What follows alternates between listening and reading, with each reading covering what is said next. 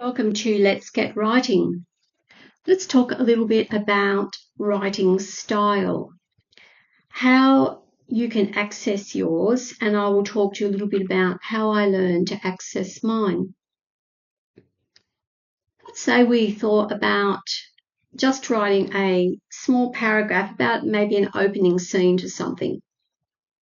What would you do? Would you go and look at some technicalities of writing, how to write sentences? Would you just try to think something up in your mind and start putting words down?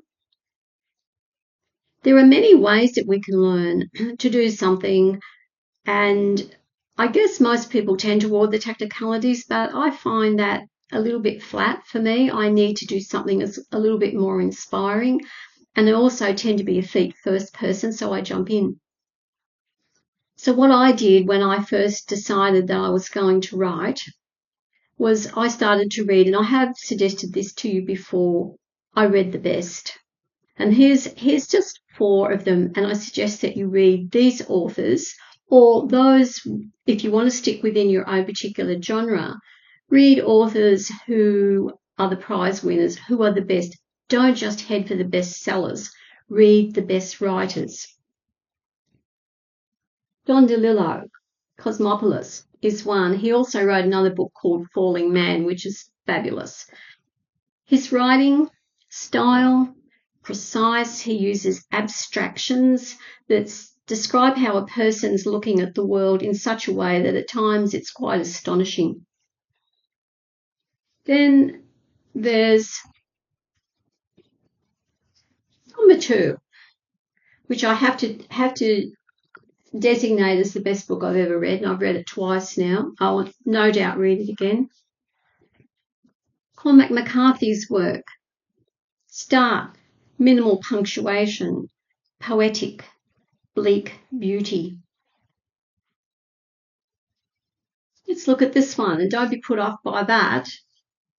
This is the first 500-page book I've ever read, and I couldn't put it down, and I've now read it twice. Jonathan Franzen, also considered one of the great literature authors. His writings, if I summarise it in 4 words, expansive, detailed, and character-driven. This was the first one I actually read, Emma Cline's The Guest. Her writing's been described as intimate, lyrical, atmospheric. They're all different, very different. And only because I was reading and writing at the same time and endlessly correcting my writing, I had my teachers there. Learning punctuation, learning grammar is very easy to do. There's plenty of tools and that out there that will help you correct your work and show you how to correct your work. So let's look, for instance, at what happens when we write a scene, and if we want to write it a particular way. There's 2 tips I'm just going to give you today. There's a lot of in-betweens, but these are 2 that particularly appeal to me in the way that I like to write. The first one is short sentences, short, crisp sentences, 3 words, 2 words, 1 word.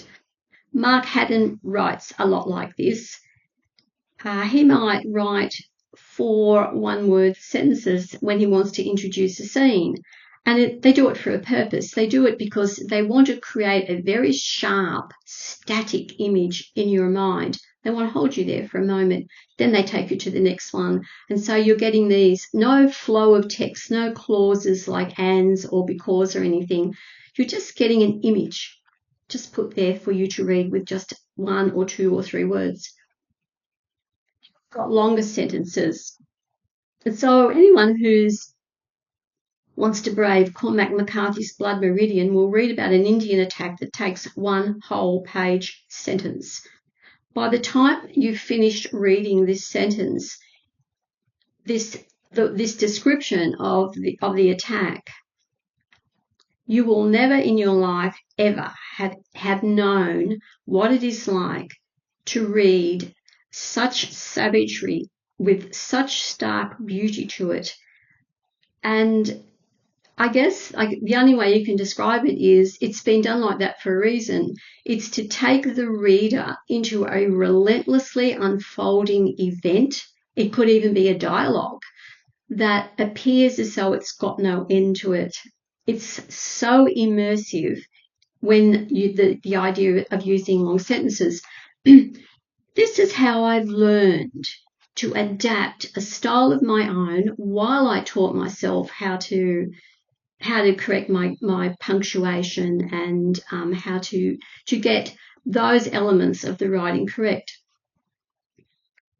Tiny opening scene. A scattering of tents formed a line across the narrow embankment. Halfway between the cliff face above and the stream below, the encampment came into being. It now looked the size of a small hamlet spreading itself into the wilderness.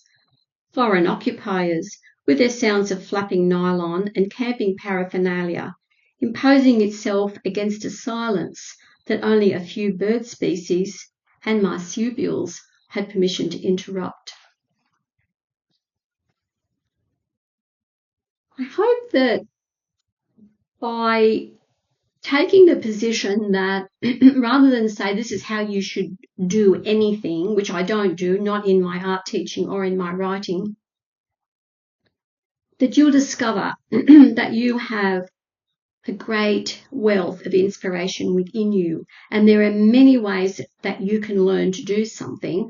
My preference and what I like passing on is ways that keep you inspired, keep you passionate about what you're doing. Let me know how you get, how you're going in the comments, and I'll see you next time.